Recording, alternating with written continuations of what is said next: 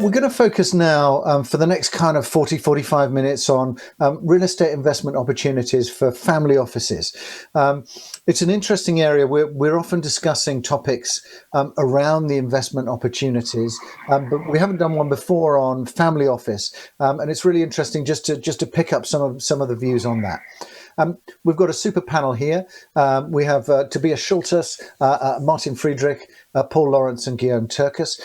So let's just do some quick introductions. Maybe starting with you, Paul. Just give a quick kind of a minute on yourself and what you do. Sure. Thanks, Richard. So I'm Paul Lawrence. I'm head of international real estate at Taylor Wessing, the international law firm. And I work very, very closely with our international offices, where we've got strength and depth particularly in all of our European jurisdictions. So that's UK, France, 5 offices in Germany, Holland, and Central and Eastern Europe. Principally, what I do is I sit within the London team. I specialise in investment and development, and I act principally for overseas investors investing into the UK market. And a very significant proportion of that is actually acting for ultra high net worth and high net worth families into the UK. So in a nutshell, we focus on the real estate sector, and we're very broadly spread in Europe. Great, thanks very much. Tobias. Well, Tobias Schultheiß, I am founder and managing partner of Blackbird Real Estate, which is a transaction advisory boutique focusing on commercial real estate throughout Germany. 6 years ago, we started co-investing and setting up joint ventures for real estate developments. We are headquartered in Königstein near Frankfurt with additional offices in Munich and Cologne. So we have 4 locations throughout Germany. Great, thanks very much. Guillaume. Thanks for having me. My name is Guillaume, and I run a small real estate investment firm, mainly focusing on real estate investment in Europe, mainly France and Germany, and advising notably to family offices, one multifamily office out of the Middle East, and another one from the US. So happy to share views with everyone in the next minutes. Great, thanks very much. And last, Martin. Okay, let me first introduce the firm. Lansdowne Partners is a well-known London-based investment manager. It was established in 1998. Today manages about 10 billion in assets for a widely diversified international client base. The range of funds goes from energy, clean energy, over European and developed markets, all the way to Chinese, Indian, and endowment strategies. There also is a Vienna office. The Vienna office was opened in 2009 by Mr. Stephen Heinz. Stephen is the co-founder of Lansdowne. He is actually Austrian and lives in Vienna now. And hence the Lansdowne Vienna office was opened as an additional platform, both for managing internal capital and also for seeding and incubating new Lansdowne strategies. The connection to real estate is relatively new. Traditionally, it's not been a core asset class in Lansdowne. As such, I think it makes sense for us to start on the listed real estate side. The structure which invests on the listed real estate side is the Lansdowne Endowment Fund, which is a multi-asset strategy, which I have the privilege to manage. Great, thanks very much, Martin. Let's kick off with you, Paul, if we can. I mean, you've obviously been looking at this market for a long time and advising a number of clients in this area. What do you see, I suppose, as the kind of current trends, particularly in terms of family offices? Thanks, Richard. I think one thing that I've learned over a significant number of years is that each different family has its own strategy. They have their own focus.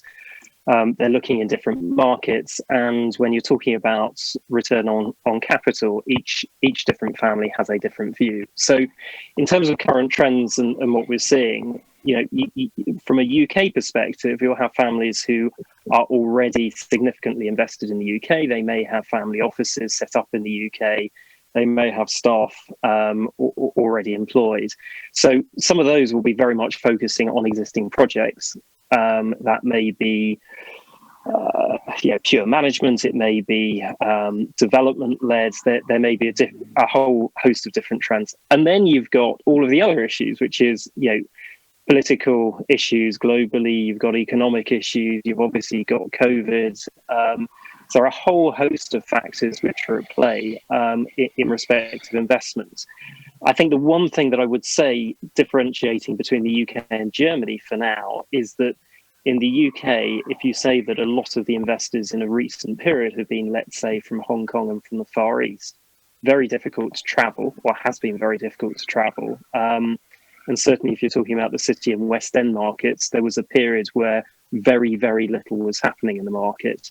My German partners, have been pretty much busy throughout. So I think there is a bit of a difference between UK and Germany there. But, there's a lot of money, there's a weight of money coming into the UK and to go into other jurisdictions. And families will be paying a big part of that and will be pretty nimble. Well, that's interesting.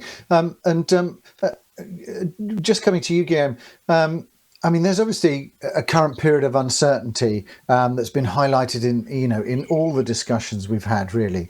But that also, that brings challenges, but it may also bring opportunities. Paul just mentioned there, family offices being particularly nimble, able to move quickly. Is that your sense as well, that maybe there is more opportunity at the moment in some senses for the family office? Yeah, I think what Paul said is totally true. I won't go back to the, each family as a strategy, but the first thing I wanted to, I would say, shade the, the kind of phantasmagoric dream that everyone has about family office, this kind of opacious pool of capital coming into potentially Europe and, doing some kind of unclarified things. Totally not. I would compare it maybe more to private equity capital with way more discretionary power. And I would say I'm really fascinated by this type of investment because I've been only working with family office for like the last 3 years approximately. And I've seen the fast adaptivity and the capacity to adapt to the new market environment. So just to give you an example, with one family I'm working on, we were mainly doing, I would say, real value add in Paris and the top cities in Germany. And due to the uncertainty brought by the rental levels, also the financing, the shift has been really fast into moving to a more, I would say, core plus approach.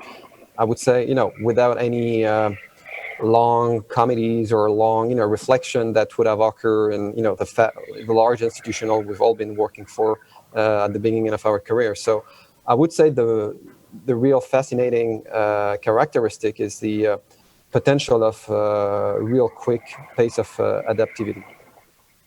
Okay, great. Thank you. I just wanted to come to you, Tobias.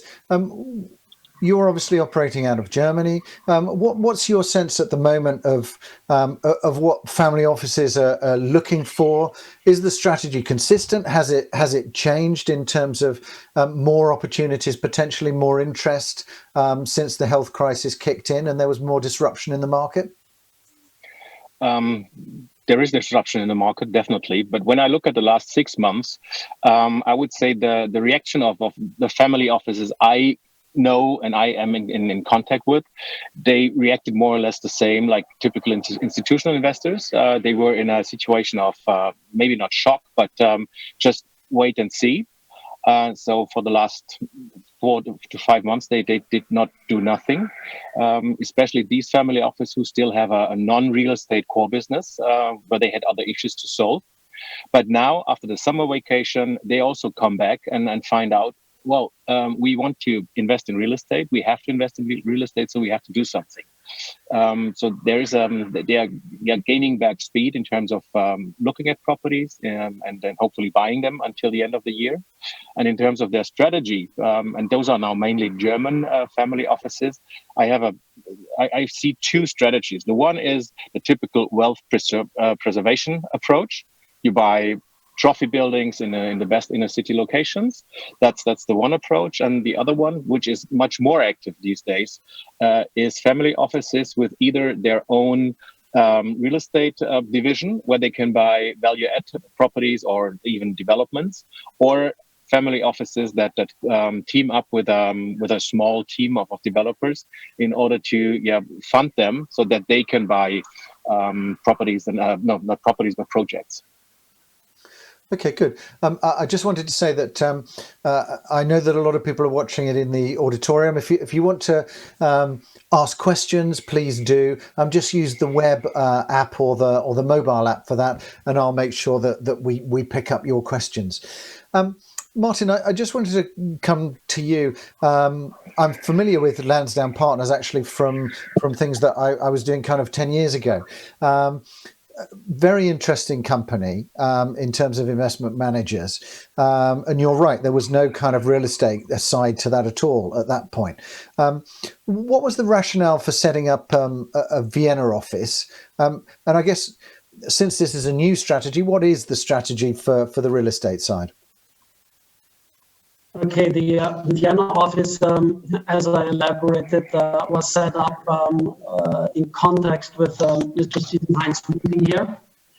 So it kind of serves a dual purpose of having a single family office function, and it is also an asset manager in its own right, with a legally separate platform. It's, for example, the context in which we offer UCITS funds.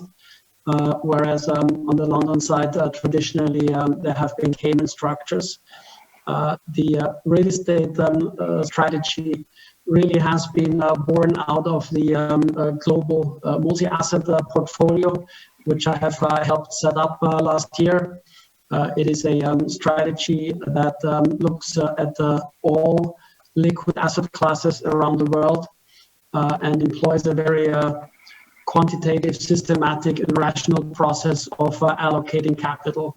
And as such, I think it's just interesting to see in this context, also for the conference here, how real estate fits into a portfolio that really looks on a holistic basis at the entire world. And I'm happy to say that listed real estate on an analytical basis has a clear and important place there. Okay, good. Paul, I just wanted to pick up with you in terms of your perspective from the UK. What are you seeing? Are you seeing interest from family office in the UK at the moment? Are there concerns, challenges around Brexit or other areas? What's the sort of, I guess, what are family offices thinking about when they're looking at the UK as a market? I think it very much depends on who you're talking to and how well invested they already are in the UK. So certainly pre-COVID, so going back to sort of the end of last year, even before that, I mean, going off to the Far East and Singapore and seeing clients, prospective clients in Singapore and also in Hong Kong at the time, you go to Singapore and there were discussions about UK politics, general election, Brexit, and the feeling from Singapore at that stage was kind of, for some people, this is in the too difficult category. You then roll to Hong Kong and it was very much, actually, we will look at the UK. You then roll forward post-general election. Well, we've obviously left the European Union, but we're coming towards the end of the transition period, and there is again uncertainty on that side. But I think it's dwarfed compared to COVID, and I think COVID is seen as a global issue, and you've still got other political and economic issues there, which are drivers as to why people may want to invest. If you look at financial centres in the world, I've heard it said that you've got London, you've got New York, you've got Hong Kong. Well, there may be issues in terms of London, but there are also issues with New York, and there are even greater issues with Hong Kong. So if you're looking to build a global portfolio and to spread your risk, London and the UK is still very much part of that. And I think it's borne out by the fact that there is, from what I understand, a wealth of overseas money looking to invest in the UK. And part of that is obviously family money, and whether that's from the Middle East, whether it's from the Far East, the fact is that people still have a strong belief in the UK and can kind of see beyond the end of this year. So yes, there are genuinely opportunities, and in terms of some of the families that are already invested, they're looking at sort of value add opportunities. So taking existing properties, trying to put the asset in the best position going forward, development, all sorts of things on that side. So yeah, I think there's a weight of money there on a timing basis. As I think I said before, quarantine is not making things easy in terms of people actually coming to the UK and investing. But I think there are some green shoots, and I think Q1 2021 may be a busy period. The rest of 2020, let's wait and see. Okay, good. And Guillaume, I mean, much like a lot of the investors are maybe looking at rebalancing portfolios because you've got volatility in equity markets, and you've obviously got incredibly low bond yields. Is the same true, do you think, for family office in terms of their investment? Certainly, the larger ones, are they having to look at rebalancing their portfolio and therefore maybe looking more towards the real estate side? Do you think we're likely to see more opportunities or more capital, family office capital, coming into this sector? Yeah, I think obviously, like a lot of institutions, the family offices have been taken a hit in their, I would say, own industry or business. Obviously, the share market has been a really roller coaster. Even if we have had a beautiful rally a couple of weeks ago, but this. For them, this is really uncertain, and real estate has always been a privileged part of their investment, notably as, I mean, not forcefully, I would say, to show a beautiful trophy building, but it's something they can feel, something they can share. It's a real asset, so it's really important for them.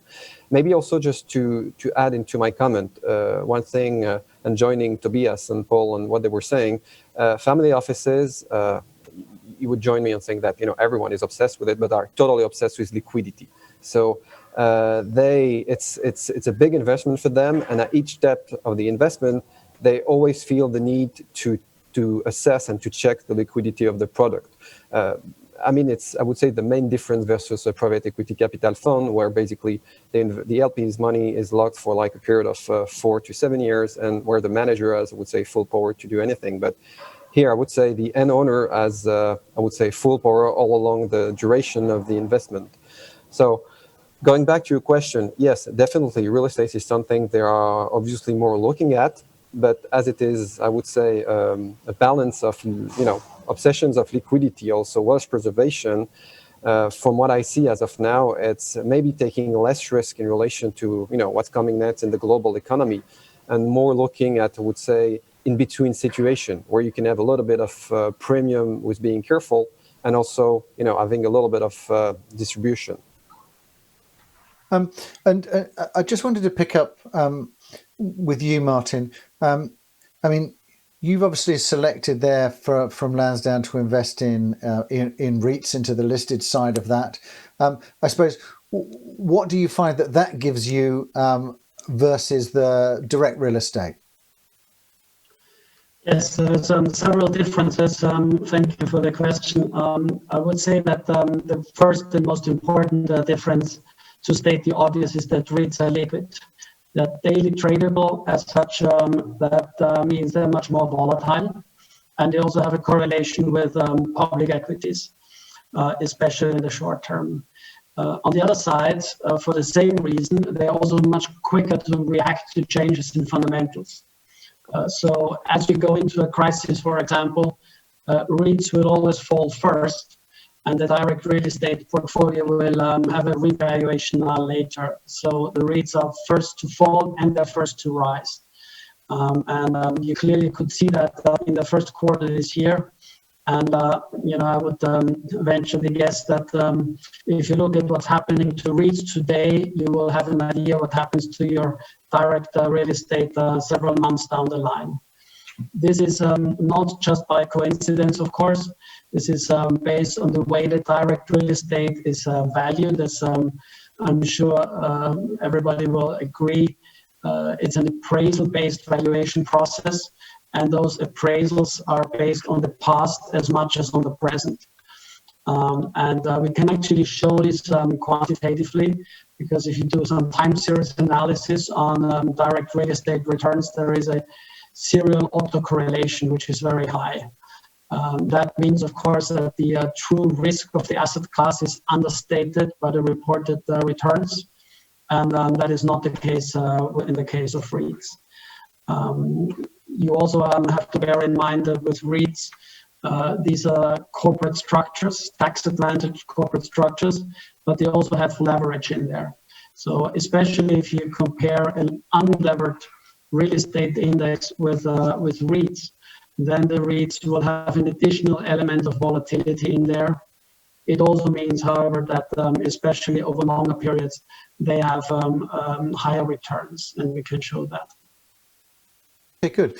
I'm just wondering, Tobias, obviously in terms of your experience of working with family office and particularly the opportunities in Germany, are they tending to look for diversification in terms of geography, in terms of asset class?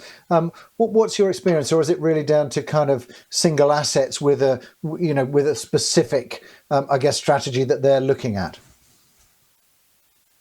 Well, you're on mute, Tobias. Perfect. No, I'm back again. No, I started ever since I founded Blackbird. I did work a lot with local and international family offices, and I think there's a certain pattern. They like to go in cheap and sell at high prices, which obviously every investor wants to. And I think this is also the case for this situation, that they don't seek diversification. They do seek diversification when they go for this core wealth preservation approach. Then they like to have offices or high street retail mixed-use buildings in the top 7 locations in Germany. For example, we sold one very nice mixed-use high street real estate in Hamburg earlier this year, from a German family office to an international family office. And when we had our closing dinner, they started telling stories. For example, this Italian family office, they have their approach of diversification is buy the best properties worldwide. So they own real estate in San Francisco, in Miami, in Singapore, and that's their approach of diversification.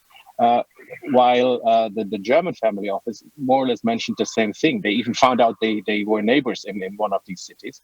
So that's one approach, how I also assume that they will diversify in the future internationally. And for those who want to go in with a rather opportunistic approach, they don't think about diversification. They don't have to diversify because they go in cheap.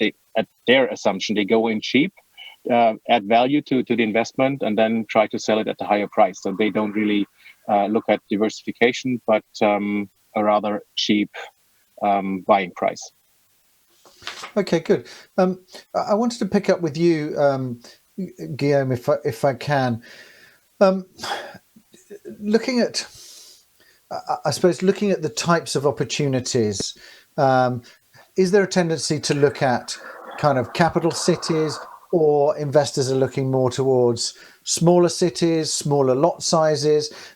If they're looking for high yield, as Tobias says, that would suggest that they're more looking at kind of smaller cities where the bigger investors aren't involved. Well, I mean, the easy answer would be, as their, wealth preservation and, obsession of liquidity, the equation is, easily resolved, is obviously, capital cities. So in Europe, it means obviously 1, London, 2, I would say main German cities, and Paris. The rest would be more exotic. So I would say for, one-shot investment, obviously it would be the 3 names we just spoken about.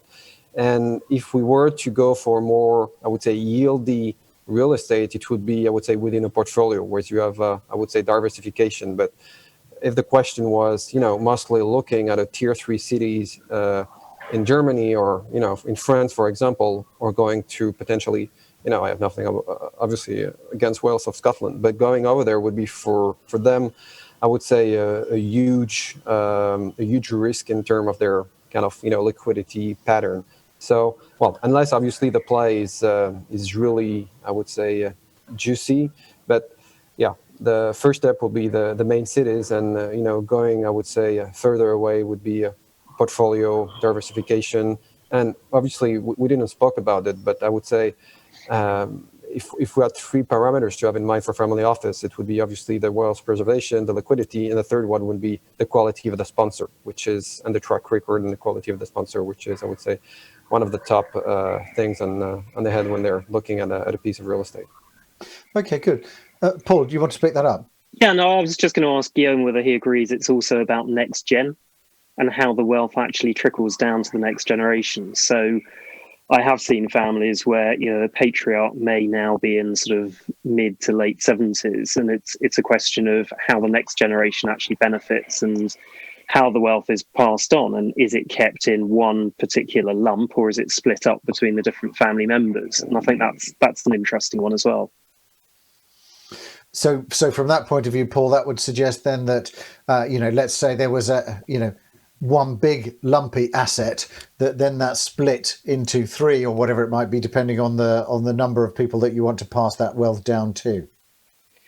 Potentially, yes, or that different buildings are acquired in different family members' names, or there are lots of different ways that it's dealt with, and each family will have its own strategy. But wealth preservation for the family and the grandchildren, etc., is something that plays big on the sort of the top generation. Let's put it that way.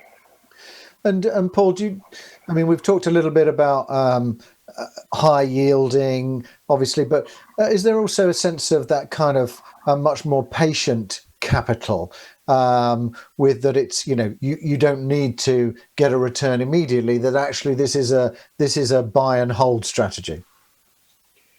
I think it's fair to say that the strategy for some families is about effectively purchasing the family silver. So it's about wealth preservation. It's all about quality of assets, location, and the fact that buildings go through cycles, and if after 20 years the building needs to come down, they need to redevelop. It's in a great location. It will serve well for the next 100 years or whatever it happens to be. Equally, I've been involved in circumstances where families may have bought buildings a long time ago. So I had an example recently in a prime London street pre-COVID, where the building had been owned by the family for 30 odd years. There'd been significant yield compression, and the family just decided that in terms of their global portfolio, it was time to slightly rebalance.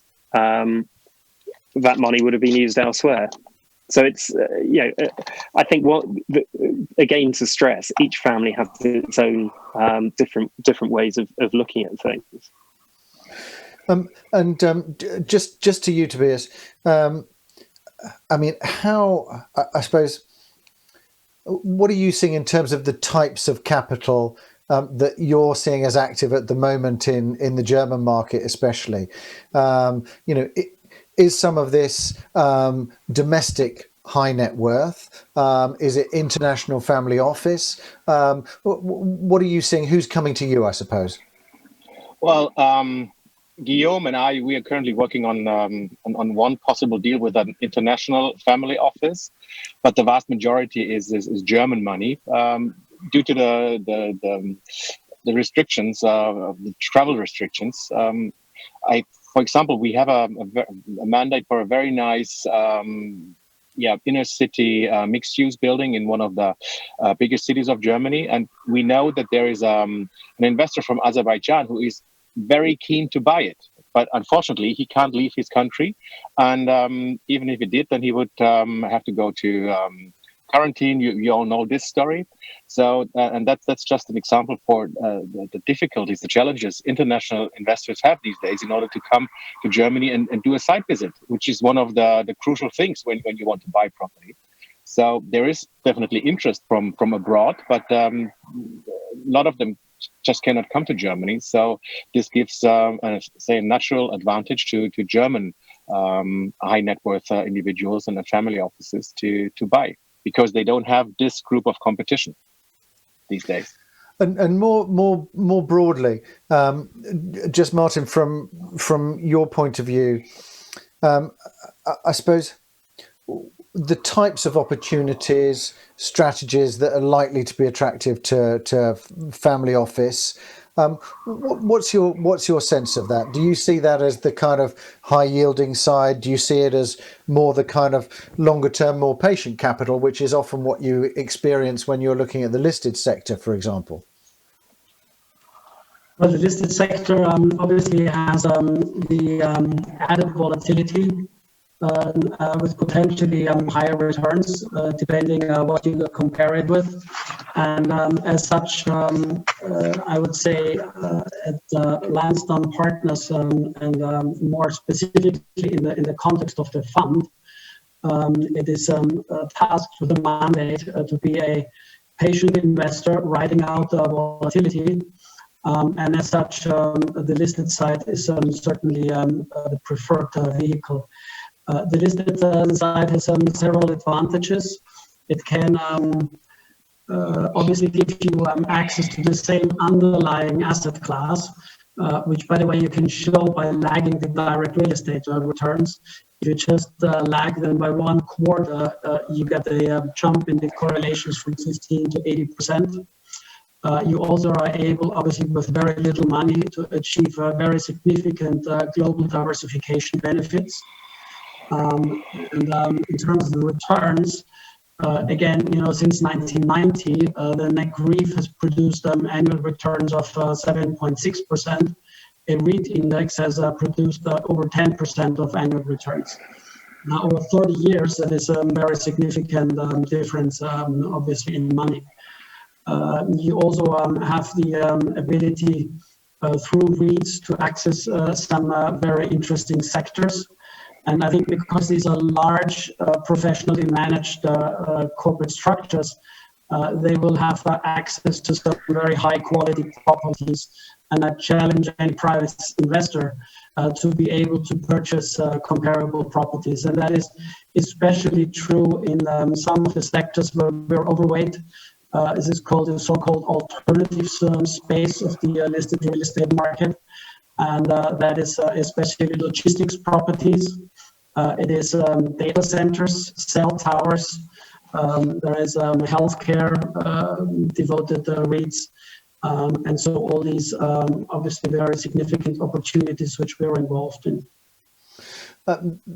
That's interesting to pick up, and particularly the mention there of the alternative sides. I think, Martin. I mean, Paul, is that something that you're seeing? Is people picking up some of those more alternative assets, which are perhaps data centers, or whether it's the sort of senior housing, student housing, those kinds of elements, or is it really much more sort of office that people are looking at? I think there is a weight of demand at the moment in terms of logistics, senior living, build to rent, PRS, etc. I mean, they very much seem to be flavour of the month at the moment. Data centers equally, there's an interest, and certainly I was chatting with one of my residential partners earlier, and her experience is talking with overseas investors that, in terms of the residential side, the interest is not in high-end residential properties in central London. It's about, build to rent as a pure investment and getting involved on that side. And I've got a couple of clients who've been very heavily invested within that sector, but it's not new. It's something they've been doing for the last, 8 years or so. So I think those are very much flavour of the month, but that doesn't mean that people aren't also interested in city offices. There's a big question mark at the moment across Europe, particularly the UK, about the future of work and what that means, and whether we're all going to travel up to the City of London every day or not. But the reality is, for now, in terms of investment strategy, if you've got a well-let building with long income where the tenant is paying the rent, then actually that's kind of gold dust. And there's a real interest in acquiring those buildings. So whilst there was a question about COVID and is it going to result in a resetting of values, what impact is it going to have? If something is well let and with long income, the actual position is that, from what I understand, there's a wealth of money looking to invest in that side. I think where it becomes more problematic is if you've got, a building which emptied in February, it's a development opportunity. What is the future of that building going to be? And I personally would tell you until I was blue in the face that, the age of the office is not dead, but it is going to be different. So, it's about risk and return, and there is a question of an element of risk on that side. And Guillaume, just picking up that point in terms of investment opportunities, do you think debt is potentially an attractive opportunity at the moment? Well, that's I would say the big part of the equation to be solved in the next coming months, because obviously there are the rental levels and also the capacity of some segments of real estate just to, I would say, restart, notably in terms of hotel and retail. But I would say the financing is the main question, because it's I would say the issue as of now with the rental level mostly that is kind of doing the mismatch between the sellers and the potential buyers. It's when you were looking at well, not obviously, I would say core product, because mostly core products are either bought full equity or with a very low amount generally of financing. But looking more at a value-add product, for example, first you have to get comfortable with I would say the midterm or short-term strategy, which is really hard at the moment. And what you would do 1 year ago, you would go to a bank and they would be happy to get you 60, 65, 70. At least, I mean, from a senior lending perspective, and they were, financing all the capex. As of now, if you go, if you're lucky enough to talk to a bank who's accepting to have this conversation for a value-add project, one, you're lucky, and second, unless the location is really prime and they can really assess the risk, notably in terms of executing the capex and the leasing strategy, maybe they would, go to a timid, shy, I would say 50, maybe 55%. With obviously triple margin that you could have, or double 0.5 margin you could have like 1 year ago, and you can forget about I would say having all the capex finance. You have more and more guarantees to be granted, and I would say a lot of family offices are now looking as the debt segment is really shrinking. Why not doing like the debt funds or the hedge funds? Offering some I would say 55 to 75 or even more tranche of financing and getting a nice reward of 8, 9, 10, up to 15, 16% if you kind of filling the gap on the top of the debt. So I think the debt segment, and thank you for asking, is a really interesting way of investing money, obviously with more risk, but with a much more big reward at the end. Okay, good. I wanted to pick up with you, Tobias, because obviously Guillaume had said before that capital cities were the some of the key aspects there for family office. But obviously at the moment you're dealing a lot with high net worth family office based out of Germany, so they will know the German market extremely well, which would mean presumably the reverse is almost true, which is that they would be interested in where there is a high yielding opportunity, and they will be more comfortable with going to smaller B and C cities. Or am I completely wrong, and actually that they want Berlin and Frankfurt? I can answer with a clear yes and no. Okay. You're right and wrong at the same time. But just one reaction to what Guillaume just said regarding the debt situation. Earlier this week, I participated in a webinar about the current financing situation, and it's more or less the same situation here in Germany. Although the alternative debt market is much smaller than compared to other countries in Europe, and therefore, but I see it as Guillaume said, this is definitely a new market where family offices can invest and create good money, either for trophy buildings where they get stable interest payments, or if they want to go in for short terms only, then they can finance or fill the gap for project finance. So that's basically the same I see here in Germany. And regarding your question about family offices or high net worth individuals going into smaller cities, actually that's what we did end of last year. We bought a property in a city in the Nuremberg region, say one of the metropolitan areas in Bavaria. And it's a city of less than 100,000 citizens, where we could convince a German high net worth individual to be our senior partner to grant the majority of equity. And that's our approach, has been our approach as well for a property in Bochum, which we acquired 2 years ago, and we managed to sell it to an institutional investor earlier this year. So yes, since it's not all of these wealthy investors that go into B and C cities, but in order to get a higher yield at a more or less comparable income, a lot of them are understood that smaller cities do not necessarily mean higher risk. For example, the building we just sold in Bochum, which is a big city in the Ruhrpott region in North Rhine-Westphalia. This building was leased on a long-term lease contract to the federal government of Germany. And no one can tell me that the risk of such a building in Bochum is higher compared to the same building in Frankfurt, for example.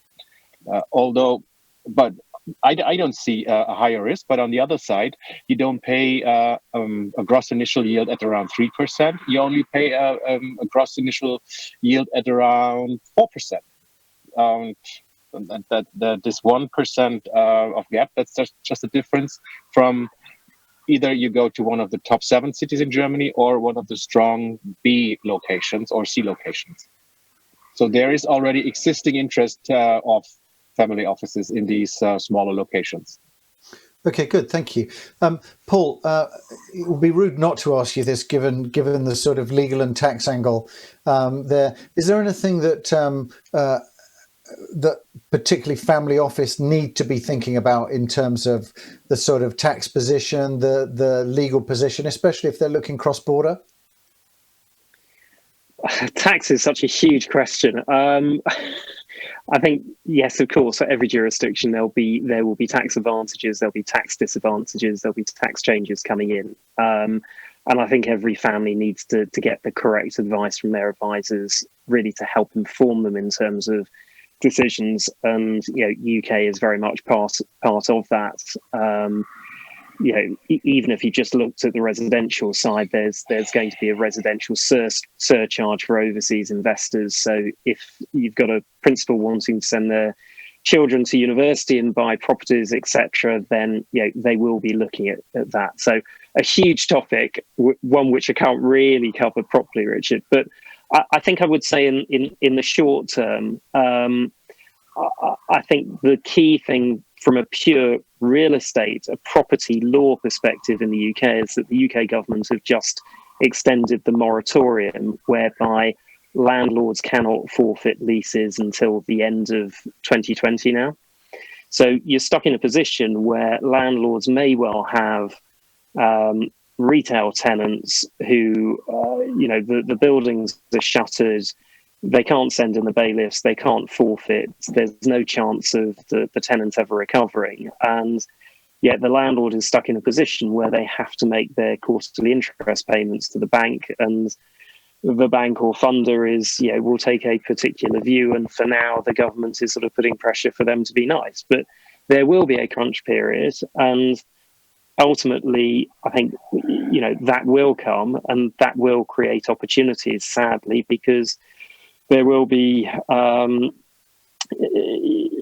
banks which effectively, or funders which want to take back control, and there will be opportunities that come on the market. Now, if those are in the well-located places that we're all talking about as being one of the targets for family offices, then there may yet be some opportunities to pick up, going forward. So if there was one legal thing that I'd highlight, it's simply the moratorium in respect of forfeiture from a UK perspective. Okay, that's great. Thanks very much.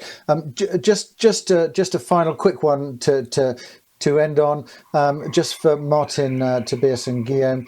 Just in terms of the opportunities, your quick kind of 10-second thought on where the best opportunities are for family office. Let's start with you, Martin. Well, I would certainly say if you want to have a quick access to the real estate market, the listed sector offers wonderful opportunities. It trades at a discount to the private market. The valuations are attractive right now, and whenever the REIT market has come down the way it did in this year, it has produced very attractive returns in the next 1 or 2 years. Great, and EPRA, who are an exhibitor in the exhibition upstairs, will be very grateful for that, Martin. Good, Tobias. I would say team up with Blackbird and start accumulating small buildings in small cities, either office or residential. Okay, perfect. And you have teamed up with Blackbird by the sounds of it, Guillaume, as well. So what's your view? Yeah, obviously what was said is well said, and obviously it's something to be done. I totally share this. I mean, something that I would really, love to look up in, but there's still a little bit of, I would say, unclear uncertainty in that. But, that also, why it could be really interesting is all the hotel segment, because, the whole story about the hotel, around the world. And, a lot of hotel, as of now, are facing huge difficulties to service the debt, for sure.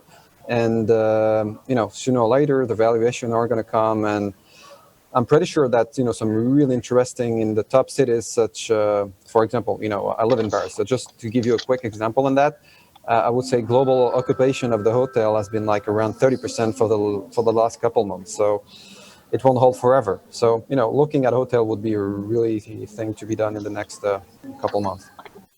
Great. Thank you, Guillaume. Thank you, Martin. Thank you, Tobias and Paul. Very interesting discussion. Thanks for sharing your insights.